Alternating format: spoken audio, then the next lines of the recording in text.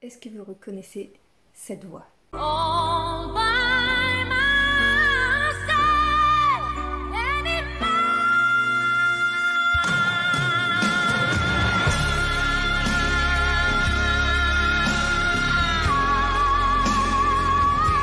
Eh bien, cette voix, c'est celle d'une diva de la chanson qui aujourd'hui n'est plus capable d'interpréter ce genre de répertoire. Et on va en parler aujourd'hui. Salut les organisateurs et bienvenue dans cette nouvelle vidéo du dimanche. J'espère que vous allez bien. On se retrouve aujourd'hui dans une vidéo un petit peu spéciale parce qu'étant une grande fan de l'album 2 de Céline Dion, je ne pouvais pas passer à côté de cette vidéo et de vous partager mon ressenti par rapport au témoignage de Céline Dion qui vient de sortir sur Prime Video. Céline Dion a bercé toute mon enfance et quand elle a sorti l'album 2, ça a vraiment été comme une révélation pour moi d'avoir envie de suivre cette chanteuse, cette super chanteuse. Je la trouvais extraordinaire. J'ai d'ailleurs chanté une de ses chansons à mon mariage. J'ai chanté le Titanic dans d'autres festivités. Voilà, vraiment Céline Dion, tout le monde me connaît en train de chanter Céline Dion. Et en dehors du fait que j'ai adoré cet album 2, j'aimais aussi beaucoup sa franchise, tout ce qu'elle partageait sur sa vie, au travers de ses grossesses, au travers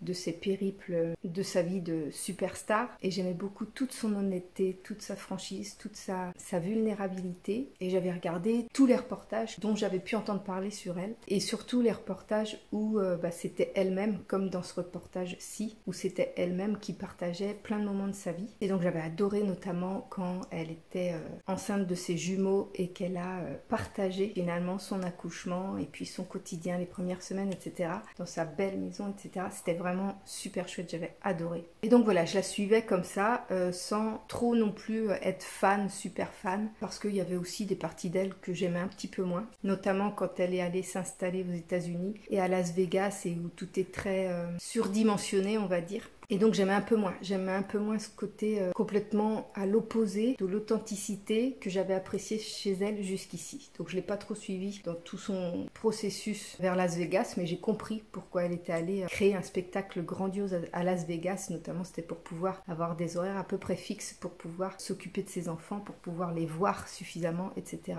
En tous les cas, par rapport au spectacle en lui-même, voilà, j'étais moins touchée, même si c'était spectaculaire, grandiose, etc. J'étais moins touchée par ces chansons américaines, j'étais moins touchée par ces spectacles grandioses qui en mettent plein la vue mais qui n'ont pas cette authenticité, cette douceur, cette sensibilité. Donc j'ai regardé ce fameux reportage. Si vous ne connaissez pas Céline Dion, ce qui m'étonnerait, mais bon, ou si vous n'avez pas pris connaissance de ce fameux reportage, ça fait 4 ans maintenant que Céline Dion n'est pas remontée sur scène. Ça fait 2 ans, dit-elle dans le reportage, qu'elle n'a pas chanté. On va dire qu'elle n'a pas chanté de façon intense comme elle pouvait le faire jusqu'à maintenant avec sa voix extraordinaire. Et jusqu'à maintenant, elle était restée très silencieuse sur les raisons de cette absence, sur les raisons de son retrait de la scène. Et comme elle a toujours été très honnête avec son public, comme elle a toujours aimé partager ce qu'elle vivait avec son public, elle s'est dit que ce serait égal à elle-même si elle partageait aussi cette grosse difficulté qu'elle traverse. Donc Céline Dion, actuellement, souffre du syndrome de la personne raide. Et elle souffre de crises de spasmes qui la prennent à n'importe quel moment et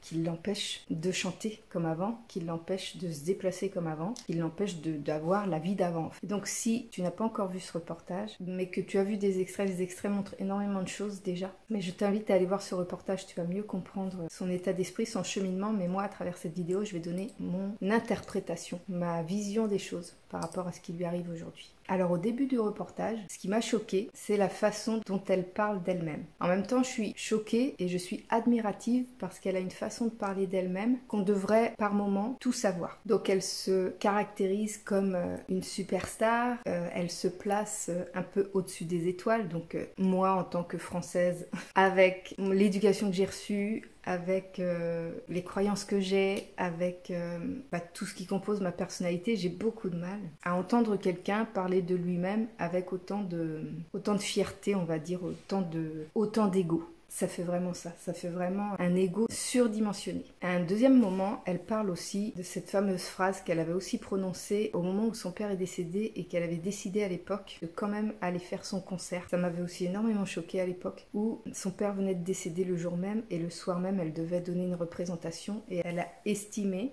et je veux bien la croire, il n'y a pas de souci, elle avait estimé que son père aurait voulu que le show must go on. Et là, de nouveau, elle a prononcé exactement la même phrase. Elle a dit que bien que son corps l'ait prévenu 17 ans auparavant, the show must go on. Le spectacle devait continuer de toute façon. Donc elle n'a pas tenu compte des premiers indices que son corps a pu lui envoyer. Donc il y a 17 ans, je pense que c'est quand elle avait eu son souci de la voix, il y a 17 ans, elle avait été aphone, elle avait eu un souci de voix. Et selon elle, c'était les prémices de cette maladie, de ce syndrome. Et malgré tout, elle a voulu continuer à faire ce qu'elle aimait, elle a voulu continuer à faire son métier, elle a voulu faire en sorte que the show must go on. Et au fur et à mesure du reportage, on voit ces moments où elle dit qu'elle ne sait faire que ça, c'est tout ce qu'elle sait faire, qu'elle ne se voit pas faire autre chose, qu'elle ne se voit pas vivre sans chanter de cette manière. Et son ego était tellement puissant qu'elle n'a même pas estimé aller voir des spécialistes à l'époque. À chaque fois qu'elle a eu des symptômes un petit peu curieux, elle n'a jamais estimé utile d'aller voir des spécialistes, d'aller se faire soigner tout simplement. Et donc elle a continué en prenant des médicaments,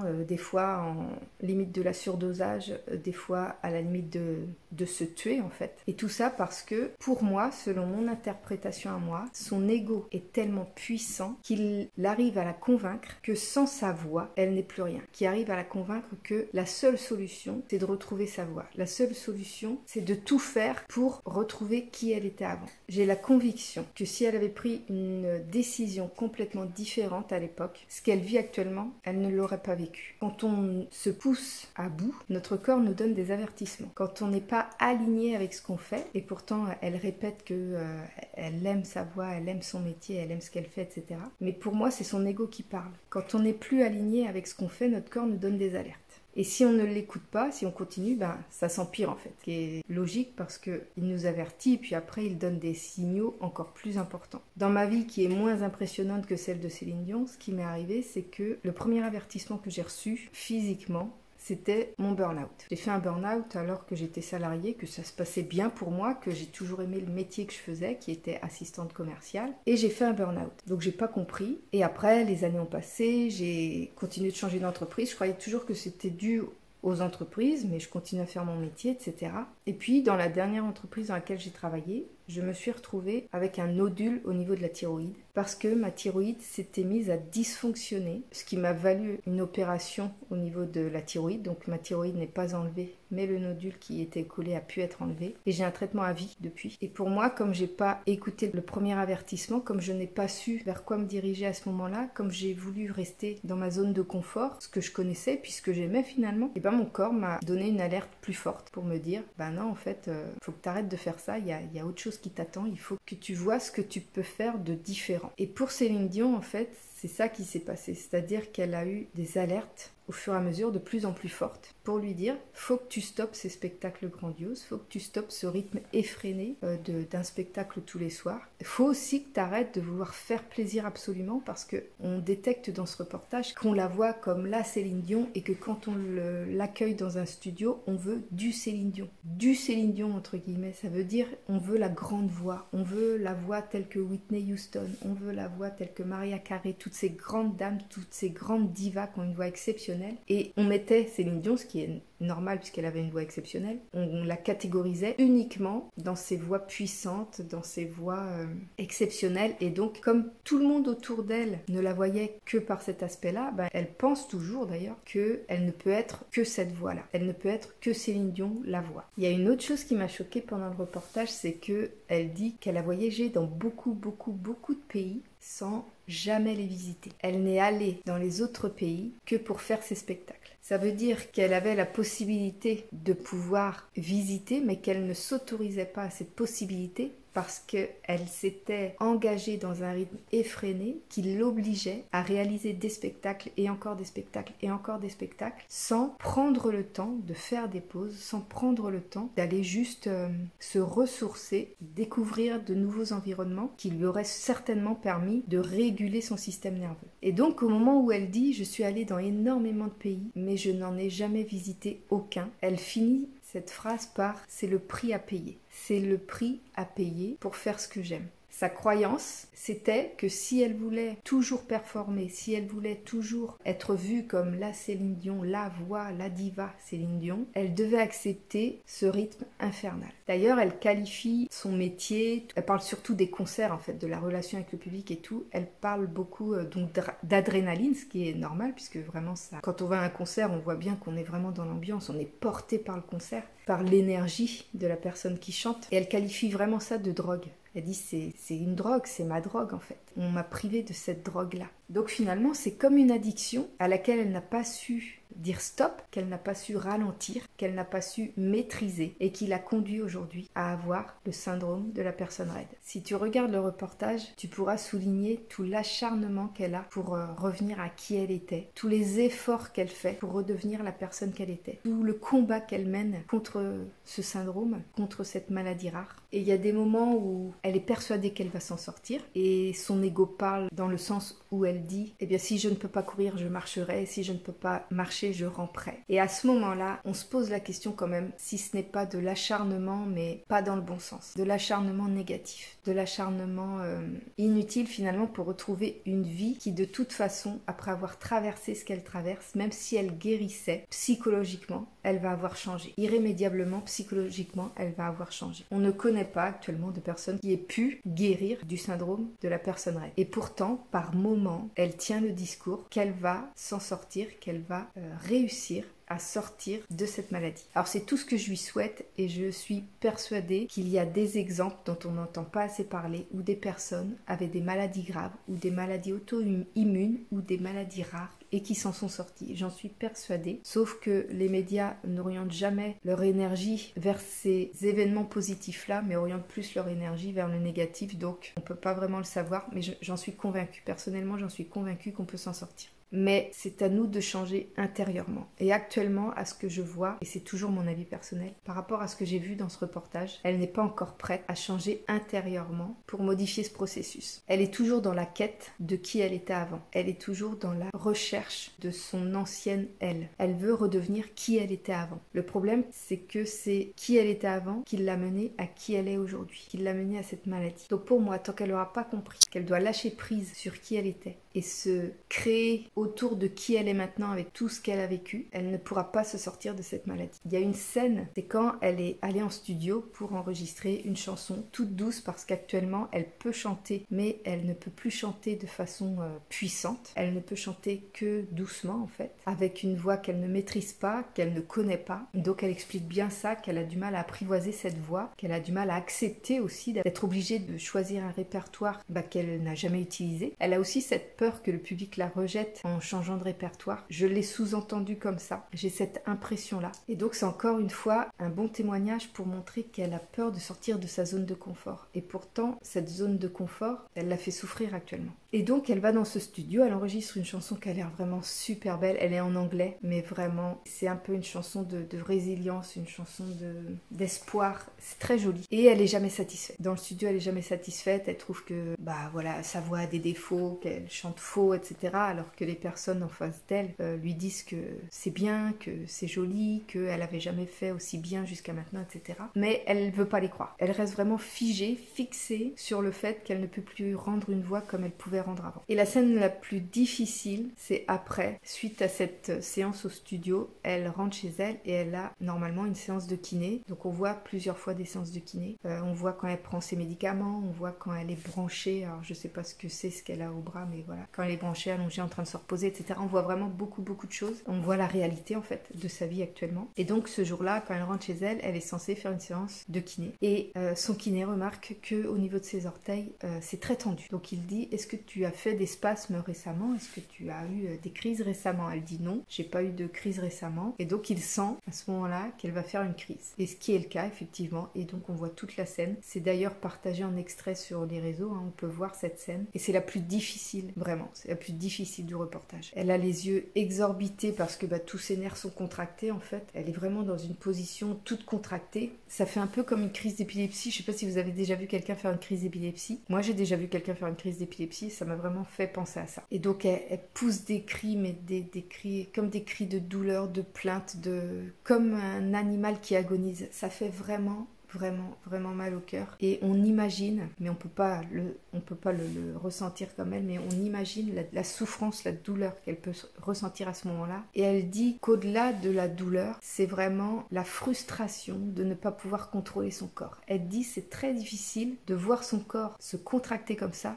et de ne pouvoir rien y faire. Et donc cette crise a eu lieu après ce passage au studio. Et là, elle est forcée de constater que dans l'état actuel des choses, elle ne pourra jamais retrouver sa vie d'avant. Il va falloir qu'elle s'adapte par rapport à qui elle est maintenant, par rapport à ce qu'elle a actuellement, et reconstruire une vie autour de ça. Et elle a encore beaucoup de mal à l'accepter. On voit bien qu'elle a énormément de mal à l'accepter. Son ego est extrêmement puissant. Et c'est certainement ce qui lui a valu sa force de caractère et qui l'a menée au succès qu'elle a aujourd'hui. C'est vraiment cet ego-là. Je suis persuadée que c'est cet ego-là qui lui a permis d'arriver au succès qu'elle connaît aujourd'hui. Mais c'est aussi cet ego-là qui l'a menée à l'excès et qui lui fait traverser une période extrêmement difficile de sa vie aujourd'hui. Donc voilà, c'était vraiment ce que j'avais envie de te partager aujourd'hui dans cette vidéo. J'avais envie de te partager mon ressenti par rapport à ce reportage. J'avais envie de te dire que c'est pas parce que tu es doué dans un domaine que tu ne peux pas être doué dans un autre domaine. C'est pas parce que les gens te connaissent uniquement dans une certaine performance que tu ne peux pas changer, avoir envie de découvrir autre chose et de performer ailleurs. À travers ce reportage, j'ai vraiment vu une Céline Dion qui, tout au long de sa carrière, a voulu faire plaisir. J'ai un souvenir par rapport à un reportage que j'avais vu aussi sur elle, peut-être le reportage où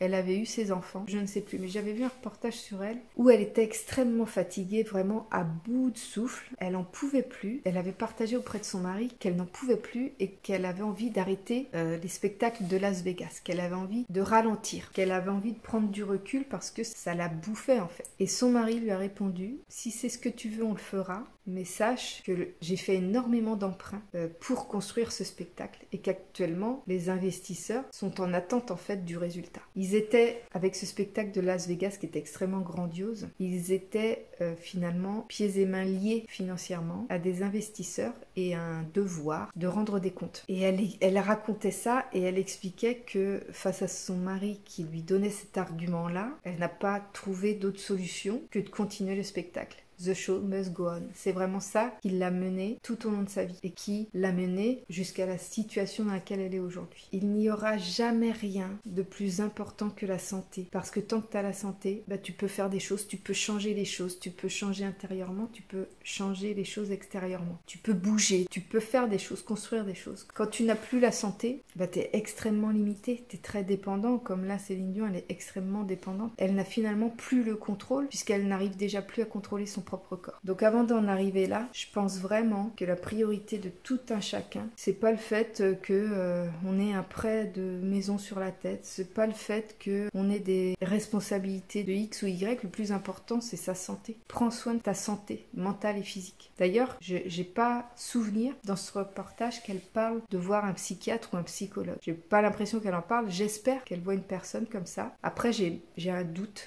par rapport à ça parce que quand on voit les tendances qu'elle a à vouloir absolument redevenir la personne qu'elle était, à ne pas réussir à faire le deuil de qui elle était, à persister, à vouloir redevenir qui elle était. Je suis pas sûre qu'elle voit un psychologue ou un psychiatre par rapport à ça. Mais je pense que ça pourrait vraiment lui servir et revenir un petit peu aux sources, à tout ce qu'elle a traversé et pourquoi elle l'a traversé. Est-ce que c'était vraiment pour elle qu'elle l'a fait ou est-ce que c'était pour les autres? Là aujourd'hui, elle dit qu'elle veut surtout récupérer sa voix pour elle-même. J'en suis pas convaincue. Elle veut redevenir la personne pour laquelle les gens ont un intérêt. Elle dit qu'aujourd'hui elle veut juste être Céline, celle qui a été élevée dans une famille nombreuse, mais je pense que son ego est encore trop puissant et que lui veut retrouver la Céline connue, la Céline Dion à voix d'or. Donc moi ce que je retiendrai de ce reportage, c'est que la santé est primordiale, que quand notre corps nous donne des signes, on doit l'écouter, on doit faire en sorte de travailler sur ce qu'il essaye de nous transmettre comme message. Je pense que selon la vie qu'on mène, eh bien les messages sont plus ou moins puissants. Autant moi,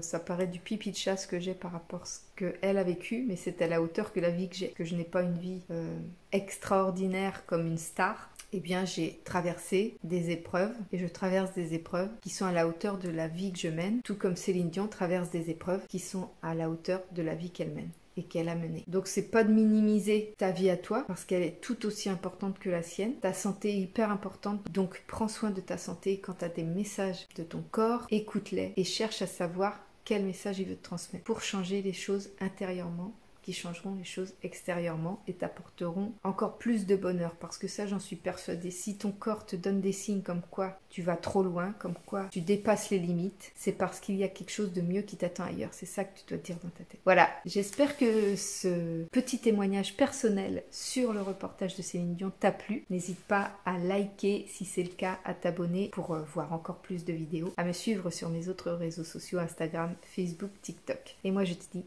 à très bientôt dans une prochaine vidéo. Salut!